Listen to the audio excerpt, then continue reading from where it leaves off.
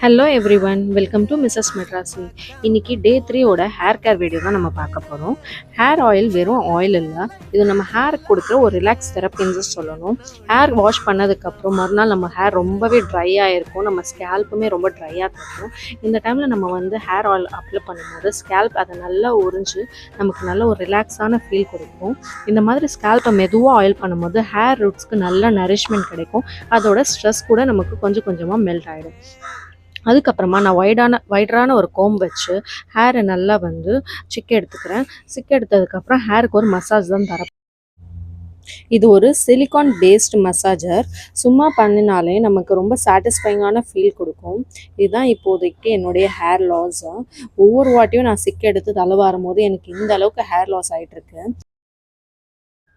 Hair கேருன்றது சும்மா மேலோட்டமாக மட்டும் பண்ணுறது கிடையாது. நம்ம இன்டேக்கையும் ப்ராப்பராக மாற்றணும். நியூட்ரிஷனான ஃபுட்ஸ் எடுத்துக்கிறது, வாட்டர் நல்லா குடிக்கிறது, இதெல்லாம் தான் டிராஸ்டிக்கான ஒரு சேஞ்சஸை நமக்கு காட்டும். இது என்னோட ஹேரோட லென்த்தை இப்போ நான் மெஷர் பண்ணி வச்சுக்கிறேன். நம்ம ஃப்யூச்சரில் நமக்கு எவ்வளோ வளர்ந்துருக்கு, எவ்வளோ அடர்த்தியாக இருக்குது, இதெல்லாமே இந்த மாதிரி நம்ம செக் பண்ணி வைக்கும்போது தான் அது நமக்கு ஒரு மோட்டிவேஷன் கிடைக்கும். மாறி இருந்துச்சுனாக்கா, இப்போதைக்கு எனக்கோட ஹேரோட லென்த்தை விட அடர்த்தியில் தான் நான் கான்சென்ட்ரேட் பண்ணுறேன்.